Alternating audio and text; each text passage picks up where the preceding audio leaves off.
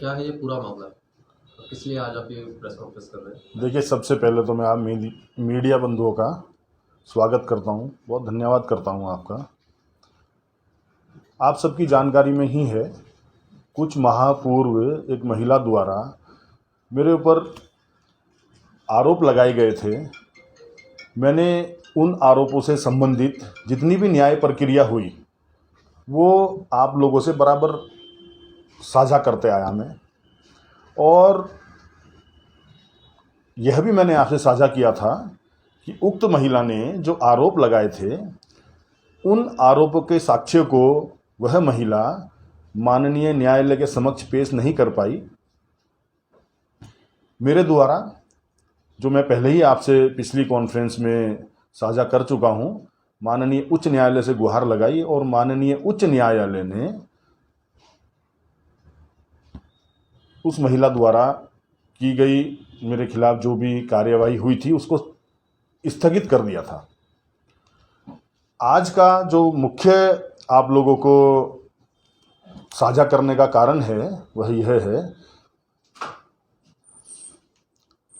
उक्त महिला मनीषा शर्मा तिवारी, पत्नी गिरीश तिवारी के विरुद्ध अदालत ने मुकदमा पंजीकृत कर सम्मन जारी किए हैं और उन्हें अगले माह की 27 तारीख को अदालत में तलब करने के लिए तलब किया है।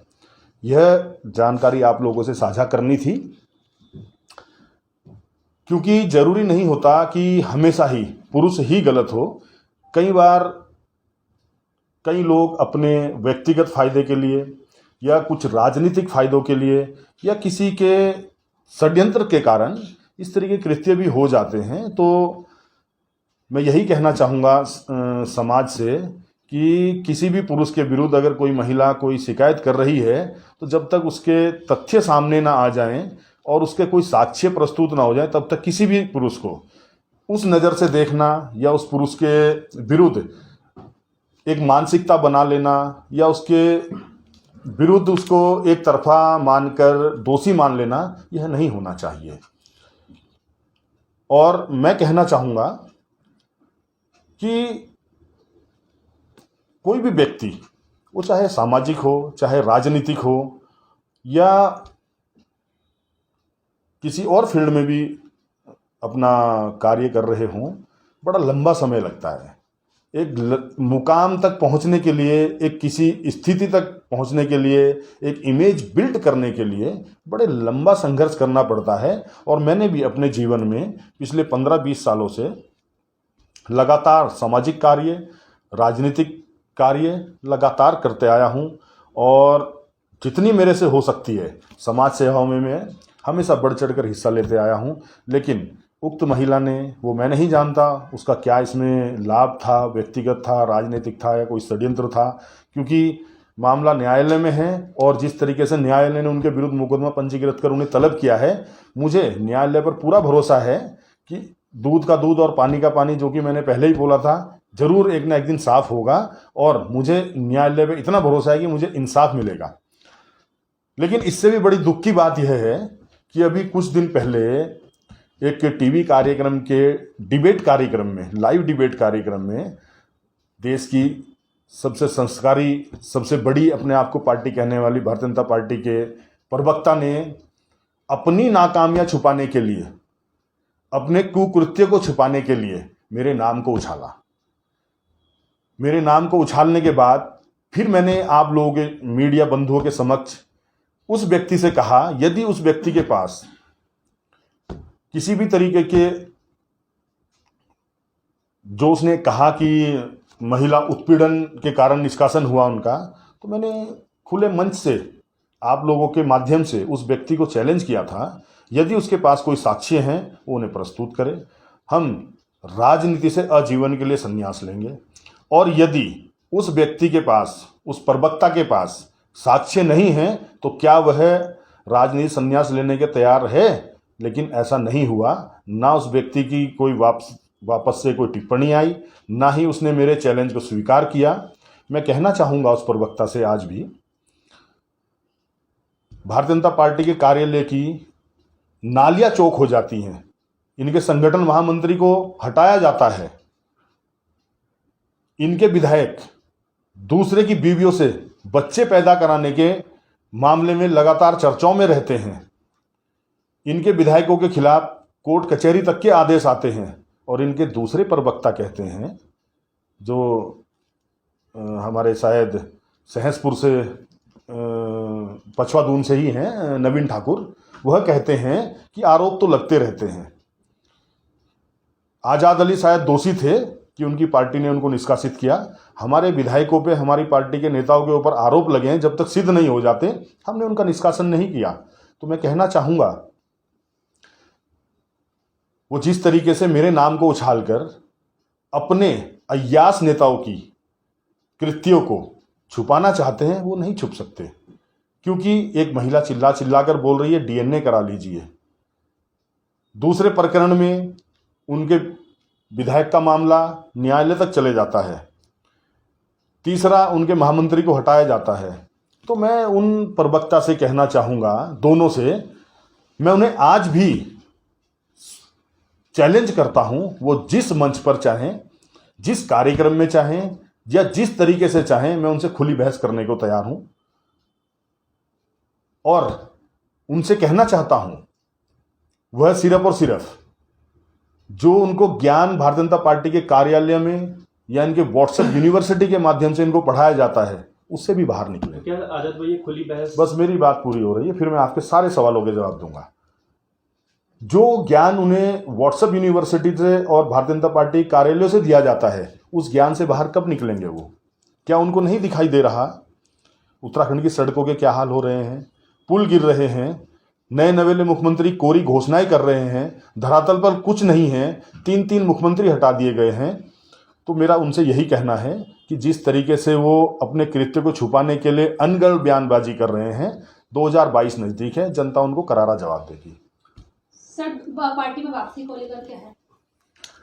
देखिए, पार्टी में वापसी को लेकर क्या है, इसके लिए आज की ना तो मैंने कॉन्फ्रेंस रखी है, और उसके लिए समय अभी आएगा, उसके लिए हम देखेंगे, क्योंकि उस समय के तत्कालीन प्रदेश अध्यक्ष जी ने जो एक जल्दबाजी दिखाई, मेरा मानना है उन्होंने भी कहीं ना कहीं जिस तरीके से मेरे ऊपर एक झूठा आरोप लगा, उसको स्वतः संज्ञान लेके निष्कासन करने वाला बयान दिया, वो भी कहीं ना कहीं उससे भी मुझे बड़ी तकलीफ हुई है, मुझे बड़ा दुख है। और ये कहते हैं समय कभी एक सा नहीं रहता, समय हमेशा बदलता है। जिन लोगों के बयान मैंने उस समय सोशल मीडिया में, प्रिंट मीडिया, अखबारों में पढ़े, आज ना वो प्रदेश अध्यक्ष हैं और ना ही वो किसी और को हटाने के लायक हैं। तो कई बार हमारे छोटे से गलत फैसले हमारे बड़ी हमें तकलीफ दे सकते हैं, बड़ा नुकसान कर सकते हैं। तो उस समय शायद उनको इस चीज़ का प्रायश्चित करने के लिए कुछ करना चाहिए। तो किन शर्तों के साथ आजाद भाई अगर पार्टी में वापस जाएंगे, क्योंकि उस पार्टी ने जिन्होंने आपको सिद्ध कर दिया था कि जो आपके यूं शोषण का आरोप लगा था, उन्होंने निकाल के आपको एकदम सिद्ध कर दिया था, तो अब किन शर्तों के साथ अगर वापस जाएंगे तो अगर पार्टी में? देखिए, पार्टी एक परिवार होता है और परिवार में शर्तें नहीं चला करती। शर्तें तो नहीं हैं, लेकिन जिन्होंने मुझे उस समय निकाला था, जैसे कि मैंने अभी बताया, अभी वो प्रदेश अध्यक्ष हैं ही नहीं। तो और उस पर हरीश रावत जी जो हमारे प्रदेश के सबसे बड़े नेता हैं, वो स्थिति को स्पष्ट कर चुके हैं कि उस समय उनका, मैंने आप ही के सोशल मीडिया पर एक बयान देखा था, उन्होंने कहा था कि उस समय चलन गलत था। बिना नोटिस के, बिना जवाब लिए जिस तरीके से निष्कासन किया गया, तो वो स्पष्ट कर चुके हैं। हमारे प्रदेश के सबसे बड़े नेता ने ही जब कह दिया कि वो चलन गलत था। और साथियों ने विरोध किया था इस बात का कि आजाद जी को क्यों निकाला गया इस तरीके से? देखिए, विरोध करने वालों ने बहुत विरोध भी किया, और एक तरीके के लोग कहीं नहीं होते, पांचों उंगली बराबर नहीं होती। कई लोगों को ये भी लगा होगा कि ठीक है भाई, हमारा रास्ता खुला हो गया, लेकिन जिन लोगों को ऐसा लगा होगा कि हमारा रास्ता अब क्लीन हो गया है, रास्ते से एक ऐसा नेता हट गया जो सहसपुर में लगातार संघर्ष करता रहता है, या जिसका लगातार सहसपुर में जिसको जन समर्थन मिलता रहता है, तो मैं उनके लिए भी स्पष्ट कर देता हूँ, मैं एक राजनीति से पहले मैं एक सामाजिक व्यक्ति हूँ। राजनीतिक व्यक्ति होने के साथ साथ मैं छुपा नहीं है किसी से कि मैं राजनीति में भी सामाजिक कार्यों में भी राजनीति से ज़्यादा बढ़ चढ़ कर हिस्सा लेते आया हूं। और मेरा जो मोटिव रहता है वह मेरा सहसपुर विधानसभा ही नहीं, पूरे पछवा दून के लिए मैंने बड़े बड़े संघर्ष भी किए हैं, बड़ी लड़ाइयाँ लड़ी हैं। और आपको ज्ञात होगा कि हमारे सहसपुर का ये बड़ा दुर्भाग्य है कि 2 बारी से वहाँ का जो क्षेत्रीय विधायक है वो इतना निष्क्रिय विधायक है कि वहाँ पर एक तो पूरे इसका देहरादून का कूड़े के लिए जो कूड़ाघर शीशमबाड़ा में बना है उसकी तो मार झेल ही रहा था पछवा दून। अभी विधानसभा सहसपुर में ही धर्मावाला एक पंचायत है, उस धर्मावाला पंचायत में हरपटपुर नगर पालिका को भी जमीन आवंटन कर दी गई है। किसके लिए? कूड़ेदान के लिए। एक मिनी कूड़ेदान धर्मावाला पंचायत में और स्थापित किया जा रहा है, जिसके लिए मैं परसों ही उप जिलाधिकारी विकास नगर से मिलकर अपना विरोध भी दर्ज करके आया हूं। और यदि इस तरीके के कृत्य सहसपुर विधानसभा में होते रहेंगे तो अधिकारियों को मैं आगाह भी करना चाहता हूं कि अधिकारी ये ना समझे विधानसभा सहसपुर लावारिस है। हमने पहले भी आवाज़ उठाई थी और हम और मजबूती के साथ आवाज़ उठाएंगे। और इस तरीके के जो कारनामे अधिकारी जबरदस्ती विधायक की निष्क्रियता को देखते हुए करते आ रहे हैं सहसपुर में, आगे हम नहीं होने देंगे। जिन्होंने आप पे आरोप लगाया था, कोर्ट ने उनको सम्मान दिया था, उसके बारे में बताइए जरा कि क्या कुछ मामला था? देखिए मैंने कोर्ट से गुहार लगाई कि मेरे साथ गलत हुआ और न्यायालय पे मुझे पूरा भरोसा है। और न्यायालय ने मनीषा शर्मा उर्फ तिवारी, पत्नी गिरीश तिवारी, दोनों को अदालत में तलब किया है और मेरा अदालत पे पूर्ण भरोसा है। अदालत मुझे इंसाफ देगी और मैं अदालत के फैसले का पहले भी सम्मान करता हूं और आगे भी मैं पूरा सम्मान करूंगा। आजाद भाई, जब ये आपके ऊपर आरोप लगाए गए थे उस टाइम पे जो पुलिस ने आनंद फानन पे आपको पकड़कर कोर्ट तक ले जाए गए, क्या पुलिस के ऊपर राजनीतिक दबाव था? राजनीतिक हो सकता है या कुछ व्यक्तिगत कारण हो सकते हैं या एक बड़ा षड्यंत्र हो सकता है, होने को कुछ भी हो सकता है। मैं एक एक चीज का खुलासा करूंगा क्योंकि मैं आप लोगों से कभी भी बचकर साइड नहीं हुआ हूं। जिस दिन यह मामला मेरे साथ हुआ मैंने न्यायालय परिसर में ही आप लोगों के जितने भी मीडिया बंधु वहां थे, मैंने उनको बोला कि भाई कोर्ट ने अभी अभी फटकार लगाई, किस तरीके का मुकदमा दर्ज करके लाए हो, इनको वापस थाने ले जाओ, सारा मामला आपके संज्ञान में है।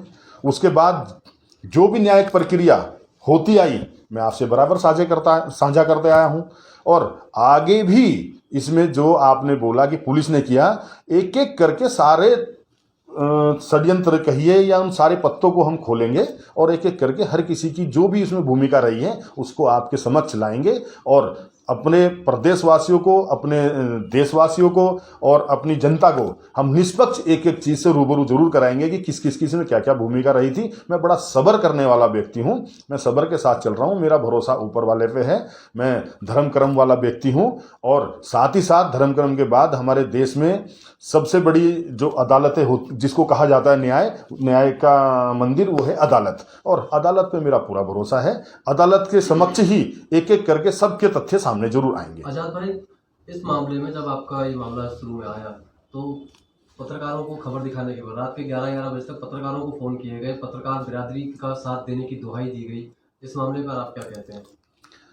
देखिए, जितना मेरे संज्ञान में आया है कि वह जो गिरीश तिवारी नाम का व्यक्ति है वह भास्कर अखबार का उत्तराखंड का कुछ है। अब जो भी है वो मुझे ज़्यादा जानकारी नहीं है। हो सकता है एक अपने आप को उसके कई सहयोगियों ने मुझे भी आके इस तरीके से टच किया कि भाई वो बहुत बड़ा पत्रकार है, पूरे उत्तराखंड का ब्यूरो चीफ बताया या मुझे क्या बताया, कुछ इस तरीके का भी बताया कई लोगों ने। बहुत बड़ा व्यक्ति है, आप उनसे समझौता कर लीजिए, हम समझौता करा देंगे। मैंने कहा नहीं, समझौता मैं बिल्कुल नहीं करूँगा। समझौता मैं इसलिए नहीं करूँगा क्योंकि एक धारणा बन जाती है कि भाई नेताओं पे आरोप लगते हैं और बाद में मामले सुलट लिए जाते हैं, तो कहीं ना कहीं शायद उनको मैनेज किया जाता है। तो मैंने कहा मैं इसको मैनेज नहीं करूंगा। भले उस महिला ने मेरे ऊपर एक बड़ा प्रश्न चिन्ह खड़ा किया, भले ही मेरी पार्टी ने ही मुझे जरूर दो राहे पे लाके खड़ा किया, लेकिन इसमें कितना भी लंबा समय लगे मैं अदालत के ही दरवाजे पे जाऊंगा और अदालत से ही इसमें चाहे मेरे खिलाफ हो या उन लोगों के खिलाफ हो, मैं निष्पक्ष जांच कराकर और अदालत जो भी फैसला देगी उसको स्वीकार करेंगे।